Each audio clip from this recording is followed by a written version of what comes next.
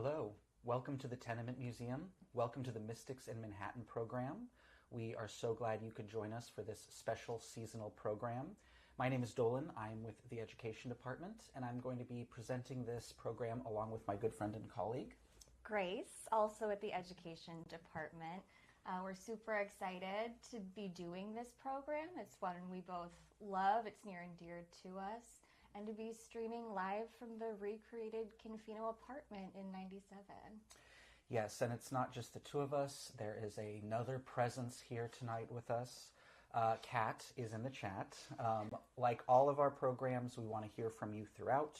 Your thoughts, your questions. We'll have some questions for you. So Kat will be moderating the chat throughout. Go ahead and say hi. We'd also love if you would put where you're visiting from. We are so happy to be able to provide these virtual programs that open up our small exhibit spaces to audiences from around the nation and around the world. So say hi to Kat. Let us know where you're joining from today. And we are also very pleased to be able to continue to provide these programs for free. If you are able to, please consider supporting programming like this by making a small donation or becoming a member. And without any further ado, once again, I want to welcome you to this special seasonal program.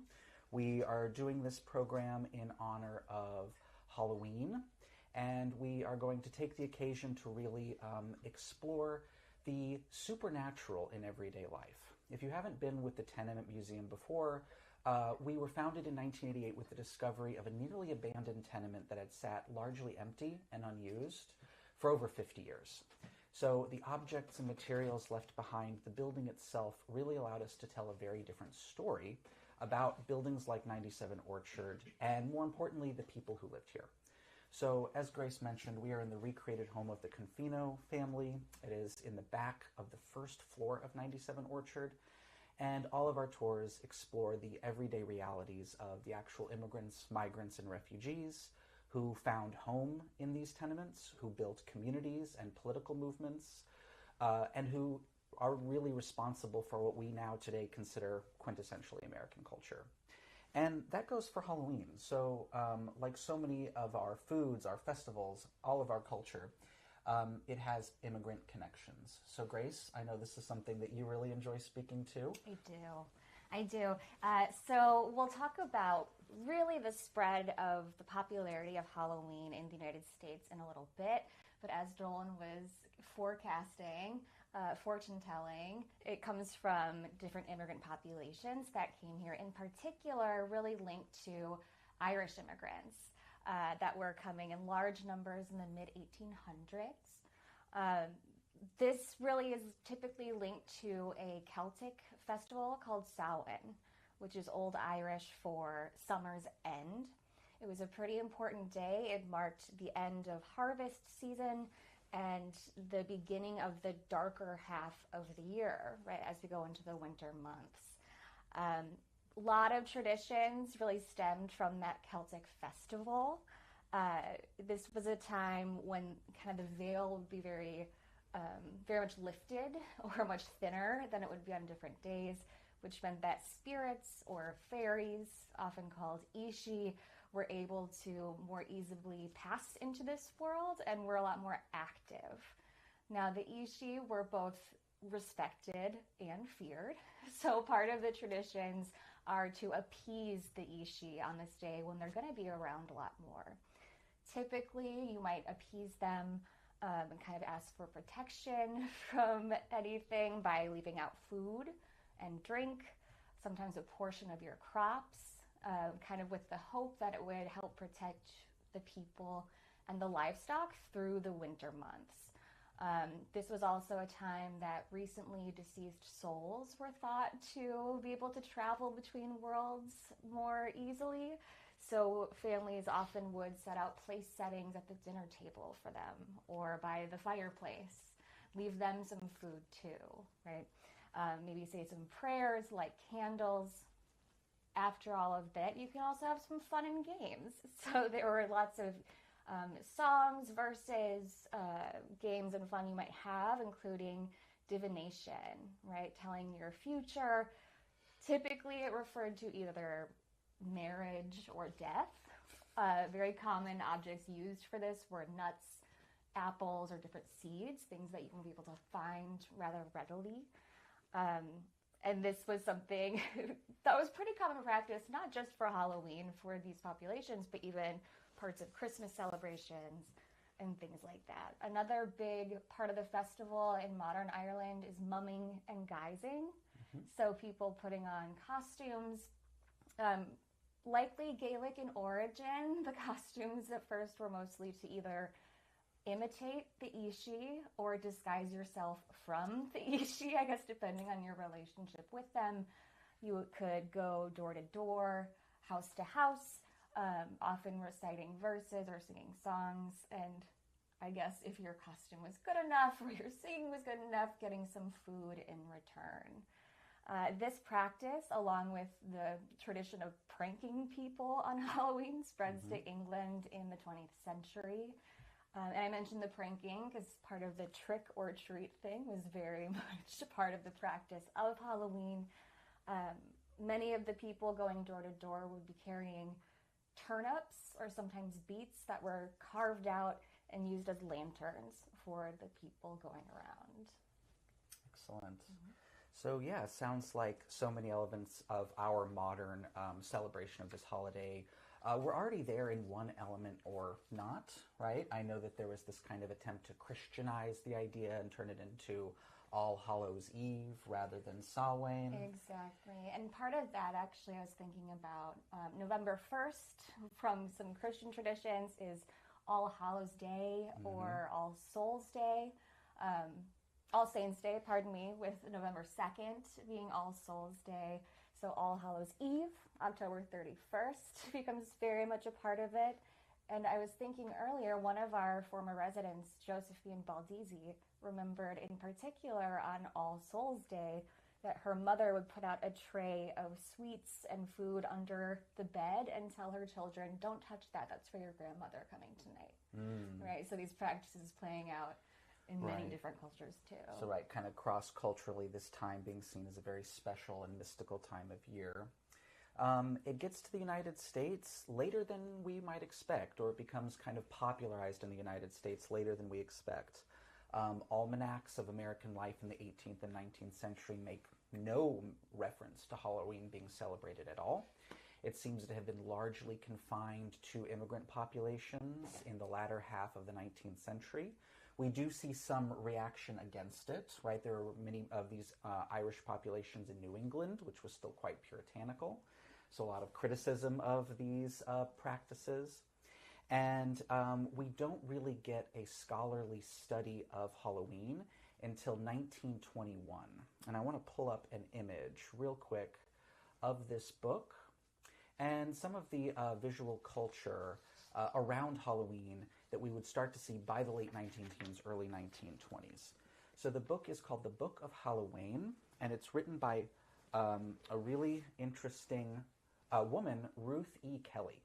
She was a librarian. She had no training as a historian or as an ethnographer, but she was very interested in the history of Halloween and Halloween traditions. She was interested in folk traditions to begin with.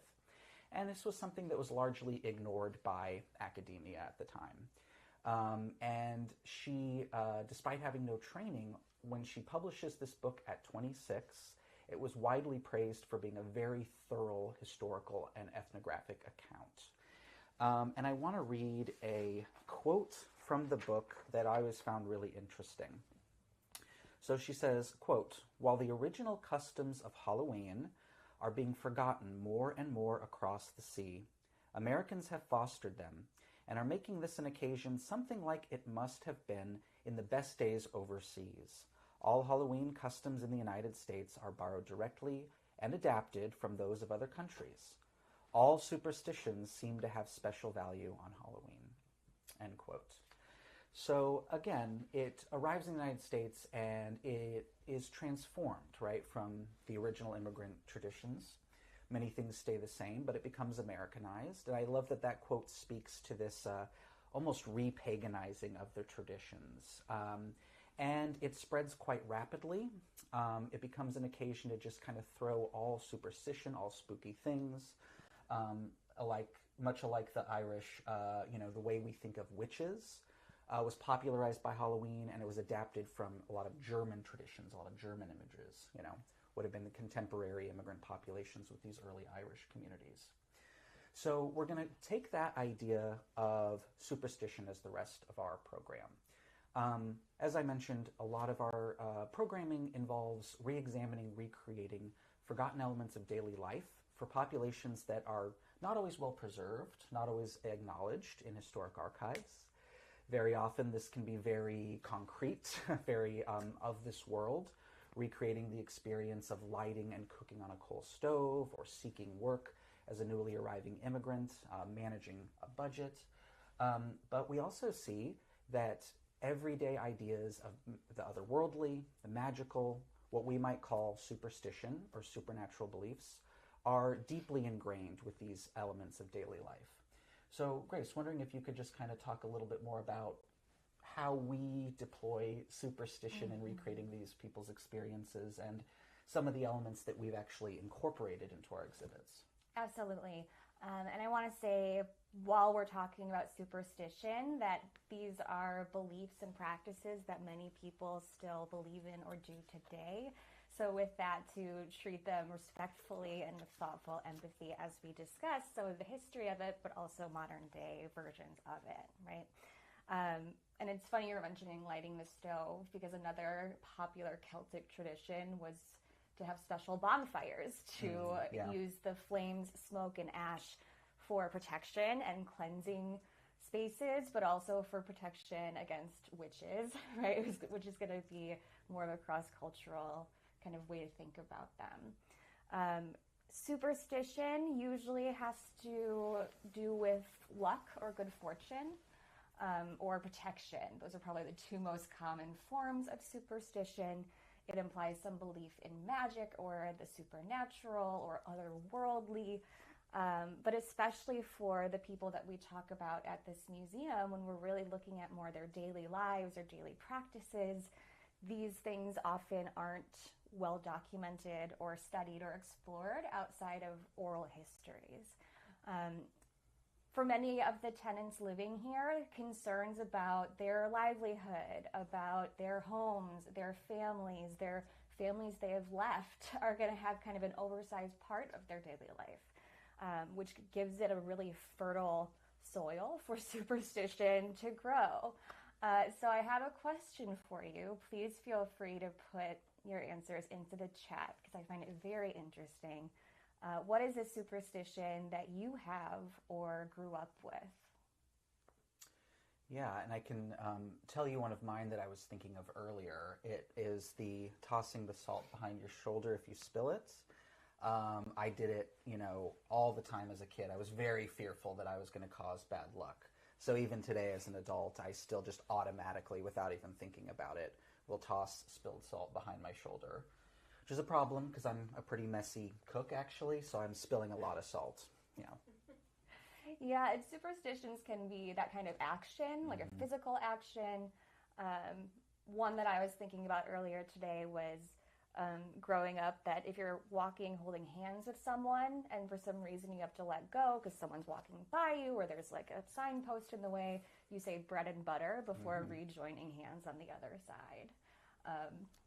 Which, an interesting one, I think it's a Depression era kind of superstition in that way, right? But curious if there's anything being shared in the chat, Kat.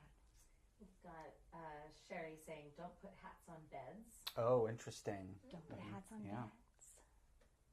I just automatically looked around. I know, I was like, oh, I hope there's no... Yeah, okay, we're good. We're okay in this space. Yeah, but we'd love to hear some of your own experiences with this. So Stephen's saying, if you drop something on the floor, the last thing you said will become true. Oh, interesting. Okay, And that came from an Italian-American background. Wow. Placing a horseshoe over your front doorway. Yeah. A horseshoe.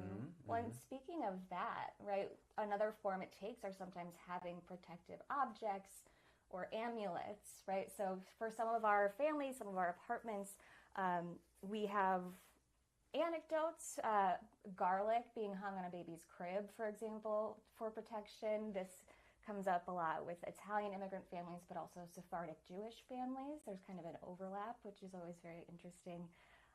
But also things like, I'll hold here, the Nizar or evil eye. This is, again, seen not necessarily with one religion or one place of the world, especially today, but is thought to, for families like the Confinos, protect the family, ward off the evil eye. There are also things you can say to ward off the evil eye that we see in spaces like this. A lot of these types of superstitions or objects exist outside of mainstream religion in that you might not see reference to them in the Bible or the Torah or other doctor scripts like that.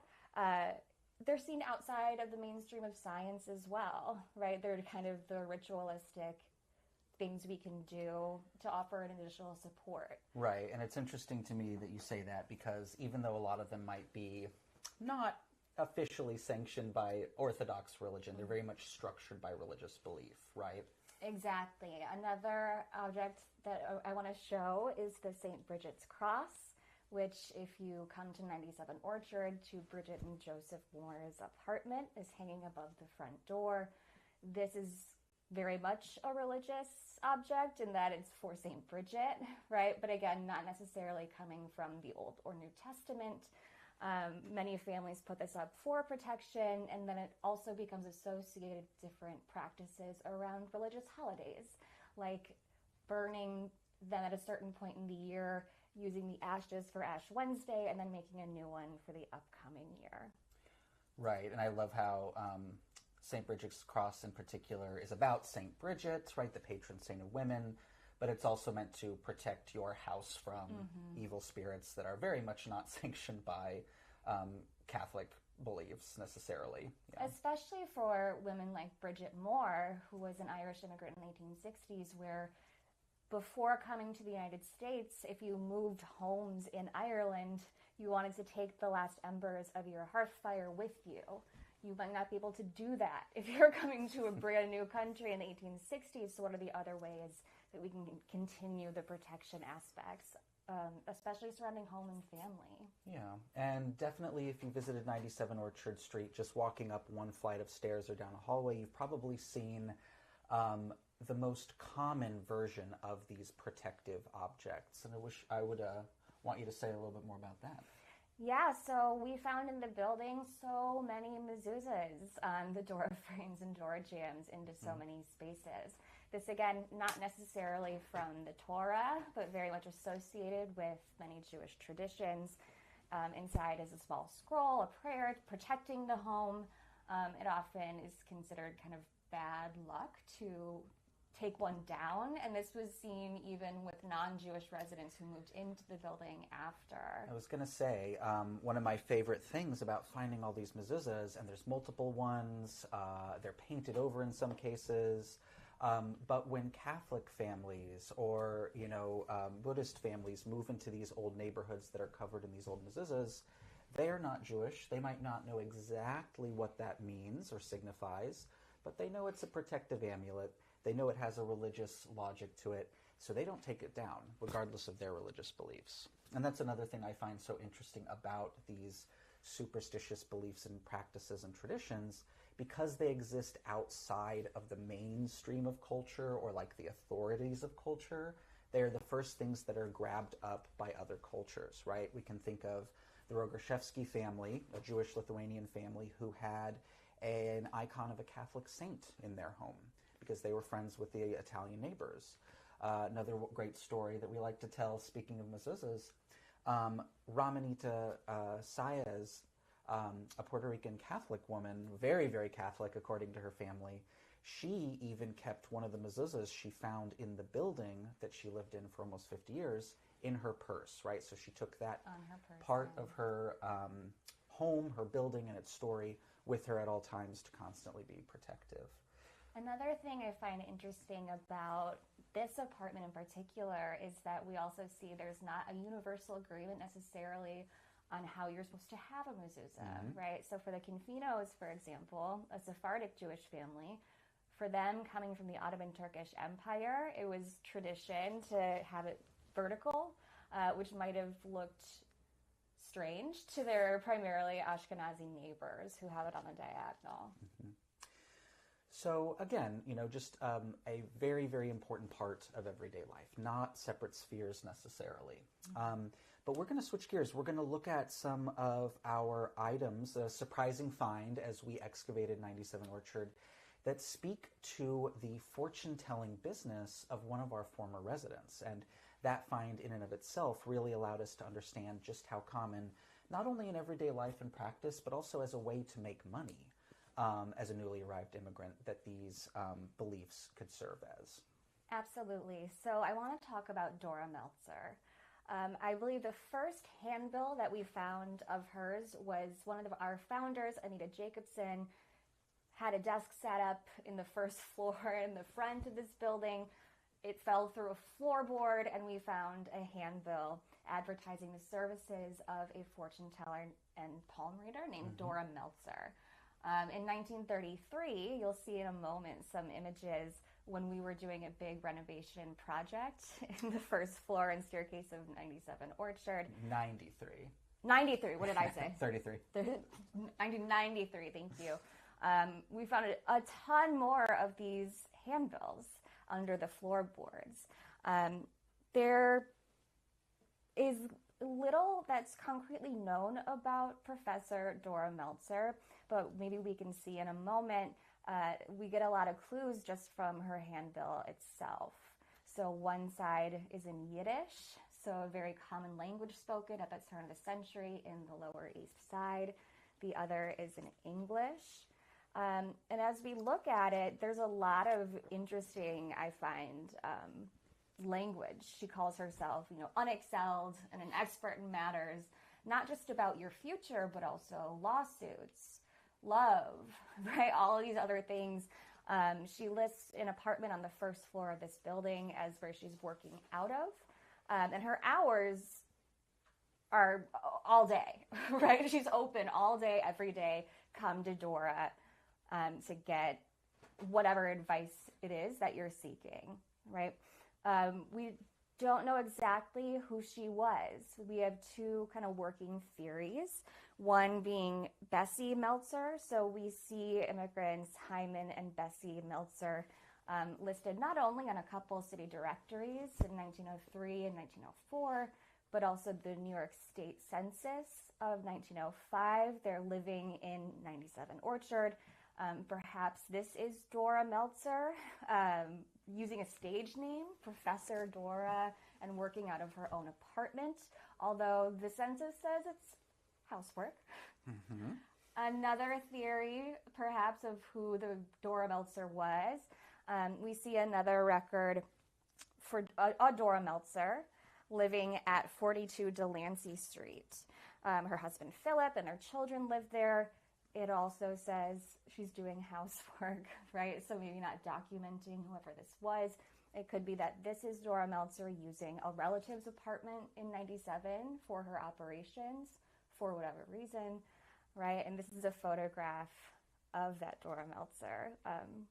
Some of her descendants do believe that it was her, right? Right. So we have some oral history from descendants where they recall stories of Dora Meltzer working out of her brother's apartment and reading fortunes. Yeah. And again, possible it's a stage name, or if it's this one using her brother's apartment, maybe it was less crowded or something. But as a fortune teller, she would be a part of this vast informal economy of the Lower East Side in the early 20th century, right? She could be trying to supplement her husband's income while still needing to do all of the housework and child rearing she would need to be doing. Many women and people in the Lower East Side started doing that as a way to supplement income. I also think about the women in the neighborhood, in the building, who maybe are newly arrived or are trying to adapt their entire lives, looking for advice in all sorts of things. Likely for many of these fortune tellers, if it was someone coming to them, an American outside of the community of these tenements, maybe there's a bit more of a show going on, right? A bit more showmanship. But for the women in the building itself, this is a source that's right downstairs every day, just about all day too. I find it interesting as well that she calls herself Professor. Usually the women who were fortune tellers at the time would use Madam as their honorific, and Professor was often used by the male fortune tellers in the neighborhood. So maybe that's also a way of setting herself apart. Absolutely. And again, finding Dora Meltzer here, it actually speaks to a much, much bigger segment of the economy. And as you were pointing out, these women are not going to answer the door to the census takers and record their profession as psychics or fortune tellers or professors, right? They are just going to say housework. Even if they did try to get recorded as being a mystic, likely they would be ignored by the American census takers.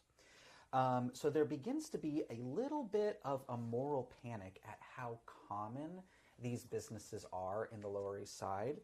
So I want to pull up a newspaper clipping in just a moment. All right, so you're seeing a 1909 article from the New York Times saying 1,000 fortune tellers plying their trade in New York City. And if anything, I got to be honest, that is likely an undercounting. It could be double the amount that they are reporting here. Occasionally, there would be a very famous fortune teller or psychic, kind of our equivalent of a famous psychic today. In the neighborhood and the early 1900s, the most notable was a man named Abraham Hochman, or Professor Abraham Hochman, and I'm going to pull up a couple of his advertisements there. And to the point that even by 1904, clairvoyance as an occupation was a new category added to the city directories in New York City. Right. As the population of Eastern European Jewish immigrants increases, this becomes a more and more common way to make a little money on the side, although for many women this becomes just as successful, if not more successful financially than the jobs their husbands were working. So here we have the advertisements for Abraham Hochman. He was kind of famous because he would go and cause scenes at courthouses proclaiming that this person would be declared innocent or guilty. And because he was at least reportedly always right, it just kind of increased his businesses. He was reportedly the psychic on call for Tammany Hall politicians.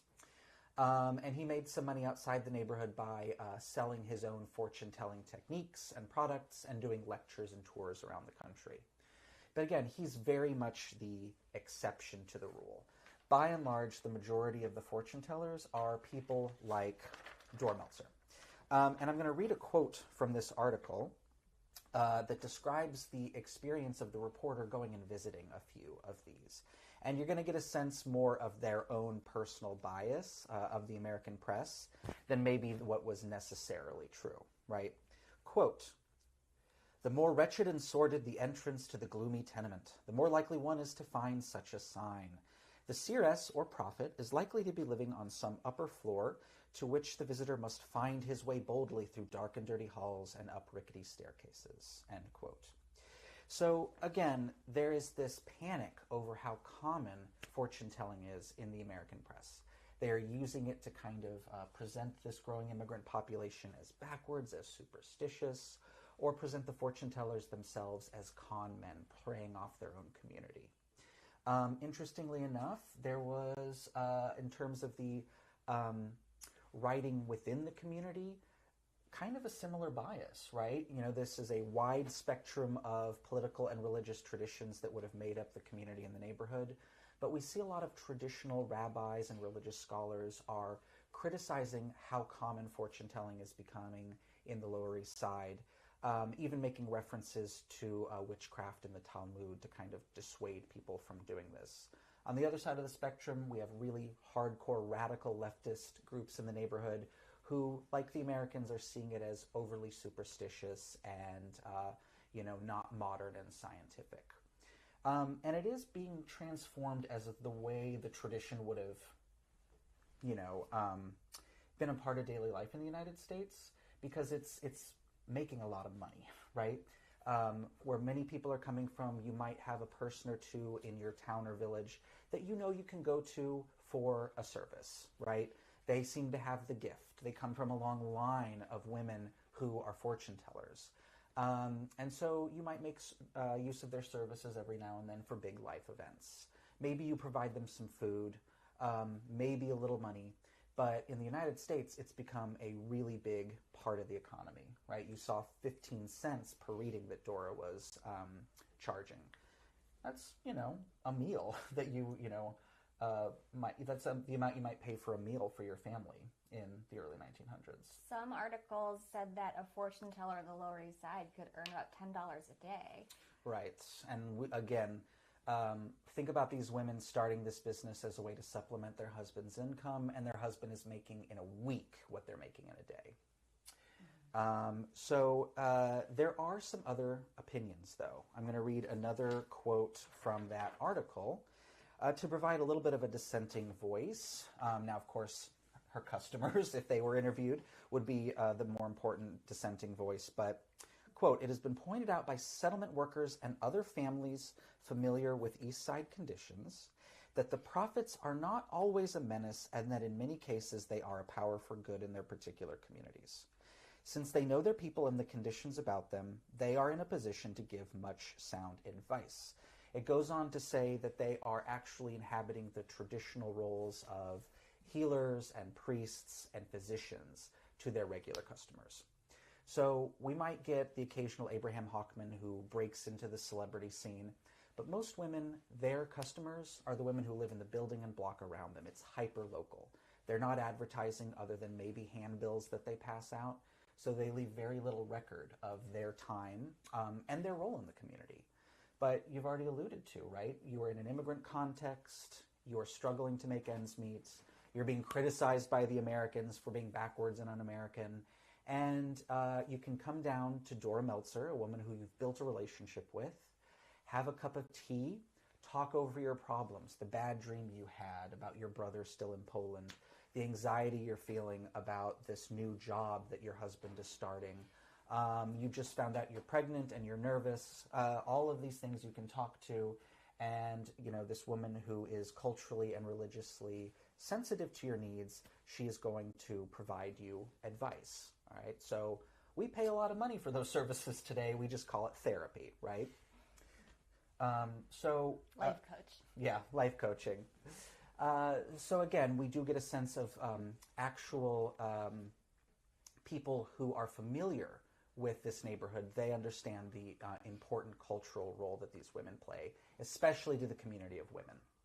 So there were a variety of ways that fortunes could be told.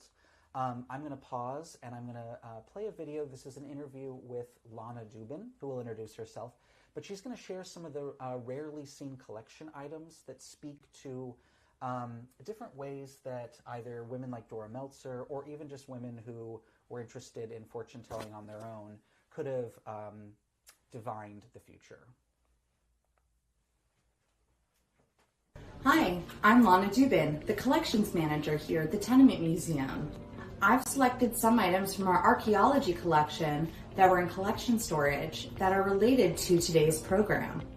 These deck of cards would have been used to play solitaire or go fish, or before the advent of mass-produced tarot cards, could have been used by fortune tellers to predict their patron's future. The second object I've selected is this historic tea strainer, which was found in 1994 under the floorboards in the kitchen of apartment 7. You could see it's shaped almost like an almond shell and opens up so that tenement dwellers could have put tea leaves into the strainer. While tea was an extremely popular drink, again, fortune tellers used the resources at hand to predict their patron's future.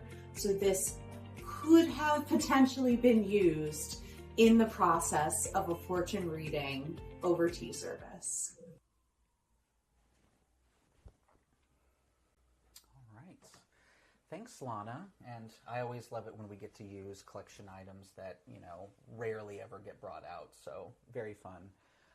But yeah, really interesting. She really speaks to kind of the commonality of everyday items that can be transformed in this way. It was interesting to me, though, she mentioned that before tarot cards were really mass-produced, you'd use playing cards, right? So, yeah, whenever I think of fortune-telling, I think tarot and then palm reading are the first two things I'm thinking of. But I know tarot has a really interesting story, too, if we want to do a real quick aside. Absolutely. And actually, I was just thinking during this, too, about sometimes it is more for entertainment. I know I grew up playing MASH with my friends, if you've heard of that, to kind of tell our own futures about where we would live, who we're going to marry, what car we would have, or whatever. Or like a cootie catcher, right? So even just using paper and pencils with my friends growing up. But tarot, some argue, has its roots in Italy in the 15th century as a spin-off of a standard playing deck of cards. They're split into major arcana and minor arcana. So major arcana having allegorical figures like the sun, the moon, the fool, the lovers, with the minor arcana resembling playing cards a lot in that there are numbers and face cards within 4 different suits. The wands, pentacles, swords, and what am I blanking on? Cups? The fourth, yes, thank you, cups, right?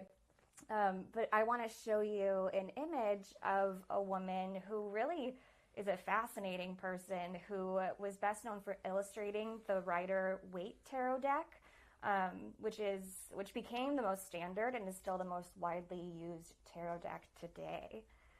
So she was a part of a secret occultist society called the Hermetic Order of the Golden Dawn, which borrowed ideas from Kabbalah and Freemasonry for its own spiritual belief system that incorporated magic and metaphysics.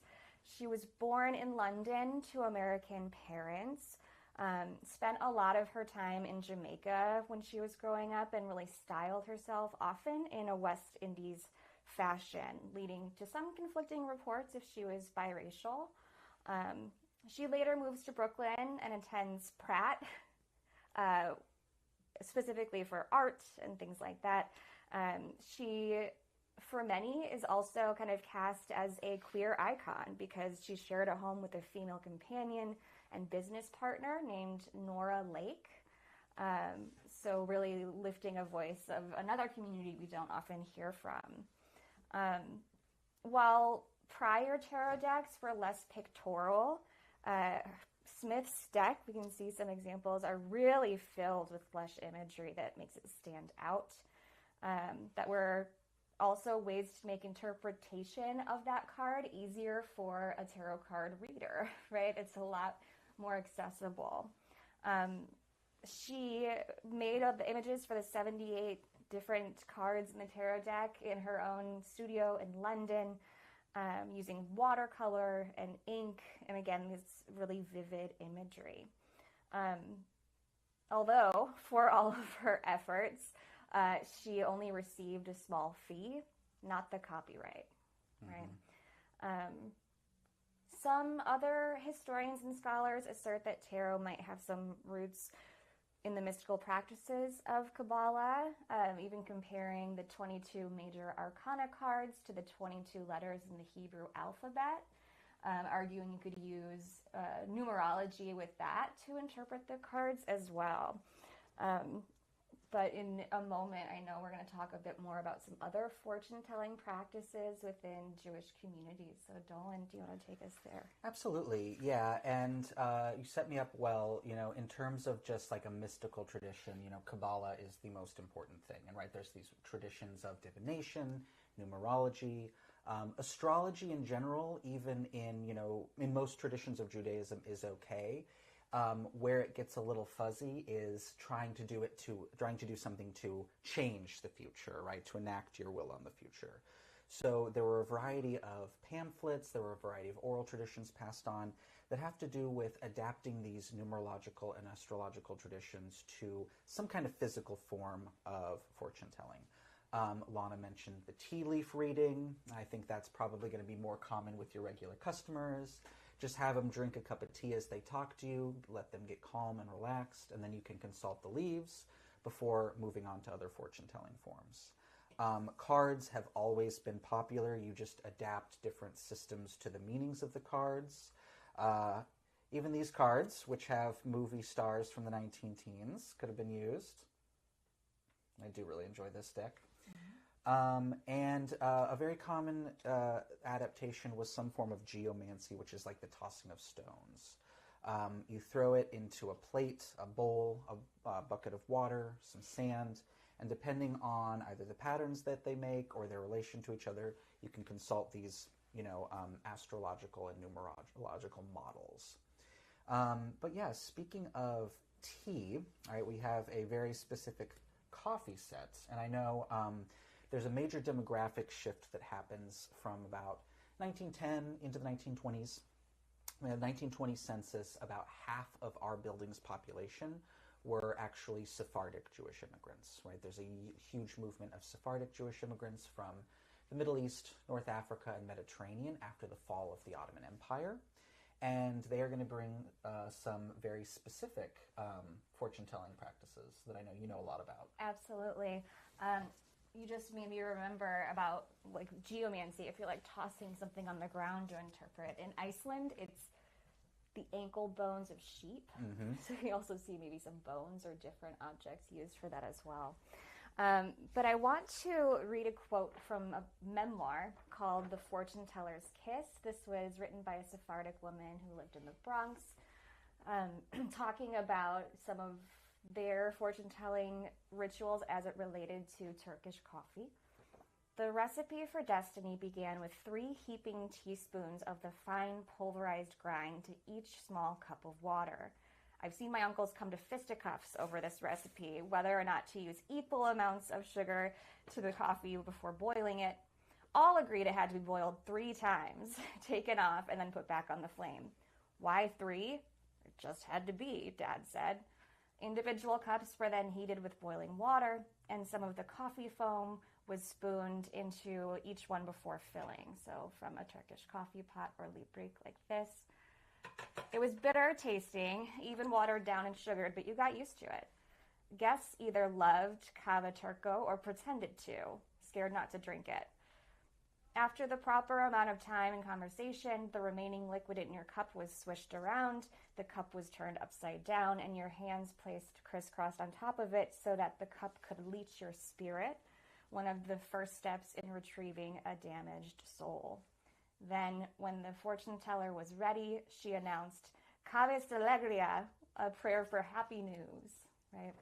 And we know that the Confino family who lived here in the 19-teens, even well after they had moved out, the 2 daughters of this family, Allegra and Victoria, did this practice, more so among friends and as kind of a form of entertainment.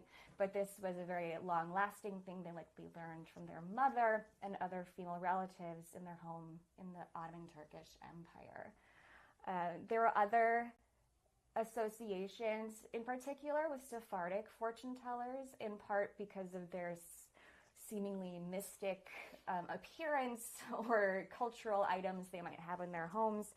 But I want to read another quote from that book, The Fortune Teller's Kiss, talking about a different practice, but also really setting the scene for a Sephardic fortune teller. Mm-hmm. For $20, which was a lot of money for most folks, Nona performed a believable table seance where she communicated with the Los Muertos, dead loved ones. Even hearing about it gave me nightmares. This communication involved some preparation. The drapes were pulled shut so that it was dark even on the sunniest day. She'd put on a dreamy Turkish record of slow instrumental old music, and one of her card-playing Sephardi cohorts was paid a couple of dollars to thump the wall in the adjoining room from time to time to further the atmosphere. The same person would also watch that the record didn't skip. Trouble always happened, Dad said. Dead people's relatives started out excited but soon became agitated and frightened. It was more than they bargained for. Some screamed, some wept controllably. In general, it caused a commotion, and the neighbors called the cops. Grandma got arrested for the 5th or 6th time for engaging in gypsy practices. A couple of hours later, one of her sons bailed her out, and in a few days she was back in business with many of the same Irish cops who arrested her as clients. And I do love that last part. Something we should say, that panic about fortune-telling being so common in the neighborhood, it does lead to a legal banning of fortune-telling in 1911. And it does not stop it, right? By the 1920s, the NYPD had an all-woman squad of undercover agents to try to infiltrate and catch these fortune-tellers. Even that doesn't end the practice because, as we can see here, even the cops arresting the fortune-teller often become clients themselves. And the seance mention is really interesting to me too, because so far we've talked about all of these beliefs in divination and fortune-telling and broad superstitious otherworldly beliefs that immigrants have brought with them, but they're not coming to a United States that doesn't believe these things. In fact, that speaks to a very specifically American ideology and practice linked to spiritualism. And we're going to go back to Lana, and she's going to share one of my favorite items in our collection that is directly linked to this history. In the early days of the Tenement Museum, our founders uncovered objects as they restored each floor one by one. This Ouija board or spirit board was found on the 3rd floor in apartment 10 in the kitchen. This was very popular at the turn of the century, and our board dates to 1919. While we do not know who used this board or for what purposes, boards like this were used during the height of the spiritualism movement.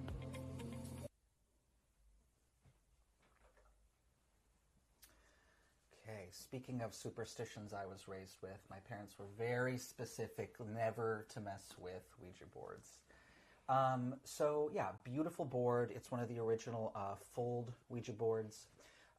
Ouija boards by the 1890s and early 1900s were becoming very popular parlor games and toys. Now, they are linked to a deeper history of the spiritualist movement, which Grace is going to share with you in a moment. Some seance techniques involved spirit boards and tipping tables.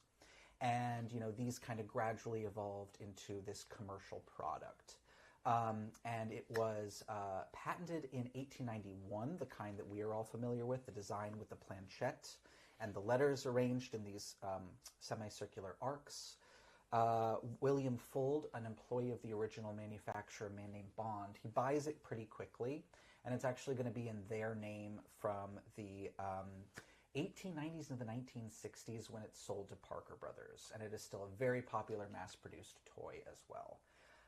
In the 1890s and 1900s, it's a novelty, it's a game, it's maybe even a riff on the late popularity of the spiritualist movement. But after World War I and after the flu pandemic of 1918, there's a resurgence in the spiritualist movement, and as we'll talk about, the Ouija board kind of gets a second life as a legitimate mystical item. But Grace, before I get into that, I wonder if you could just talk about the background and the founding of the spiritualist movement. Sure. So in a moment, you'll be able to see an image of the Fox sisters, who by many are considered to really could be the origins of spiritualism in the United States. They're from Hydesville in western New York. In 1848, two of the younger sisters hear rappings of a ghost, and they were able to hear this, it somehow interact with it. It drew a lot of curious neighbors at first, but it even really skyrocketed in popularity after the sisters figured out a way of communication with this spirit. So something I find so interesting about what leads up to and then is part of the spiritualism movement is that it's not just necessarily a reaction against kind of orthodox religious practices. It's not just then, oh, now we're too scientific. It's trying to fuse them both together, right? We can apply science and logic in this kind of supernatural or spiritual way, right? They go on the road, have a lot of different shows. I believe one of the ads for one of the ones for the Fox sisters is also on the screen. And it became popular with very progressive leftist groups like socialism, abolitionism, women's suffrage, in part because of kind of the both pieces of it, but also that it centered women as an authority, right, which was pretty radical at the time, to the point where in 1897, a New York Times article estimated about 8 million adherents of spiritualism, right? It also gets different surges of popularity after moments of mass casualty. So after the Civil War, people want to communicate with their lost loved ones. Popularity declines, in part because later in life, the Fox sisters said it was a hoax. They did later recant that confession, so there's still some debate about how much of it was a hoax or a show, or how much was legitimately something they experienced. It gets another surge of popularity, though, after World War I, right? Another event of mass casualties and the flu pandemic of 1918, right? Which leads to, again, the shift and increasing popularity of the Ouija board that Dolan talked about as well. Right. So during the second era of spiritualism, going to a fancy, maybe expensive medium, psychic medium, clairvoyant, or a seance session, very popular in the sort of upper rung of society. But what a Ouija board does is it allows anybody to become a medium. And again, they had initially been toys, novelties, but one woman in particular kind of popularizes them as a legitimate device for communication with the other world. So I'm going to pull up an image of this woman, just touch on her story real quick because we're a little behind schedule. But that's Pearl Curran. And Pearl Curran was a housewife in St. Louis. She, in 1913, claimed to go to a party at a neighbor's, and her neighbor had a Ouija board. She became captivated with it, and a couple years later began, according to her biography, regular communication with a spirit named Patience Worth, who is said to be a Puritan woman who lived in the 1640s to 90s. And she began dictating her life story, poetry, and later a book that Pearl Curran published as the Spirit Communications from a Ouija board. The first book, at least, was a bestseller. There was a couple more that were not as well received, but still did pretty good. And for many people, it was seen as scientific proof, finally, that we were communicating with the dead. Other people very critical. Either way, she skyrocketed to fame. This other image there of her actually at work with Patience Worth's floating head is from one of her shows. She would go and do a 90-minute show where she would dictate between 3,000 and 8,000 words in 90 minutes, answering the visitors' questions to Patience Worth.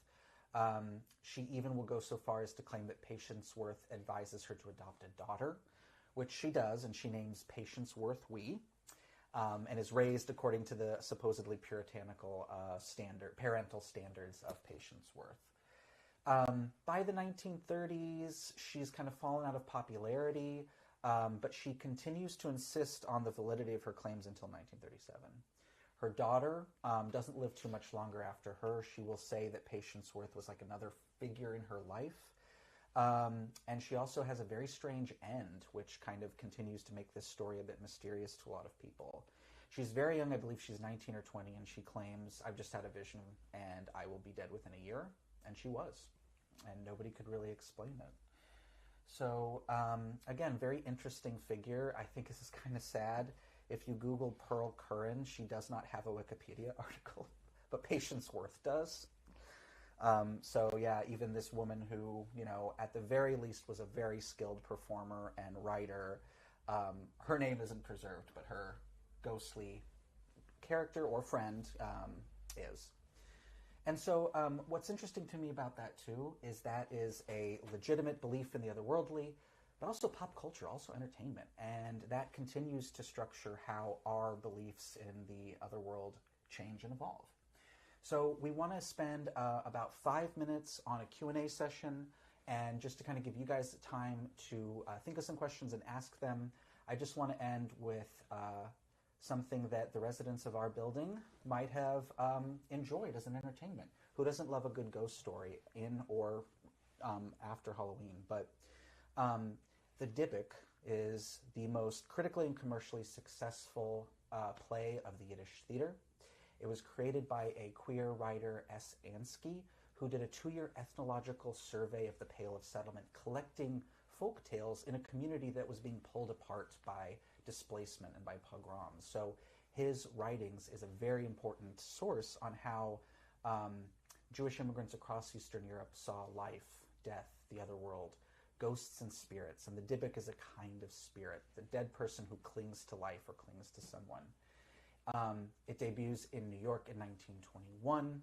1926, it has a Broadway adaptation.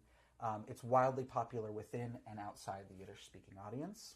And I just want to play a little clip from the 1937 Yiddish film, The Dybbuk, of the arrival at the Dybbuk at a wedding. And just very quickly, the core of the plot is there are 2 young lovers, Leah and Conan. Leah's father refuses to give permission for them to wed and instead promises Leah to a wealthier suitor.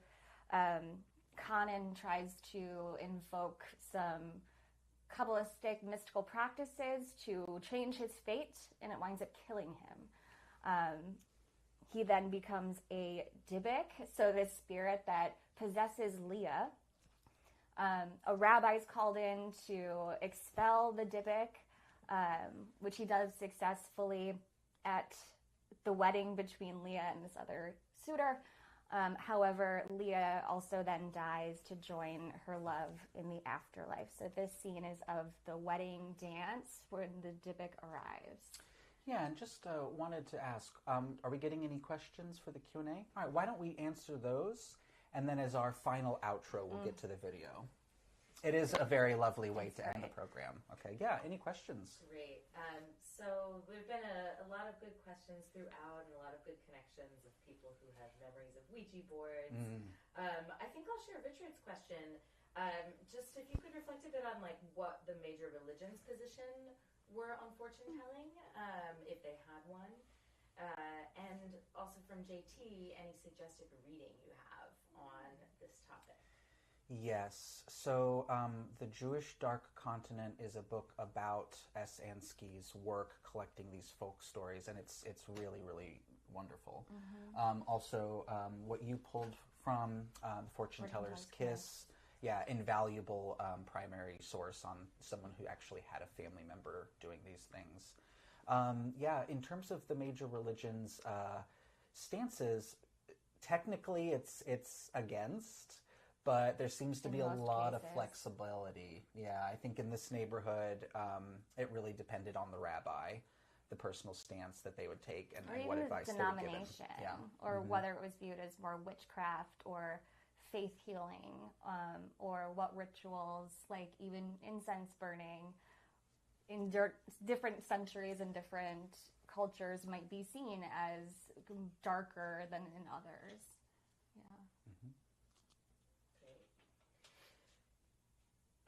Great. I think let's close it out with the Dybbuk. All right. Well, everyone, thank you so much for joining us. Once again, there are so many ways to support the museum and become part of the Tenement Museum community. Please consider donating or becoming a member. Please join us for our future virtual programs. And if you're in New York City, please come and visit us on site. And with that, I will end the evening by saying Happy Halloween. And here's the arrival of the Dybbuk at the wedding.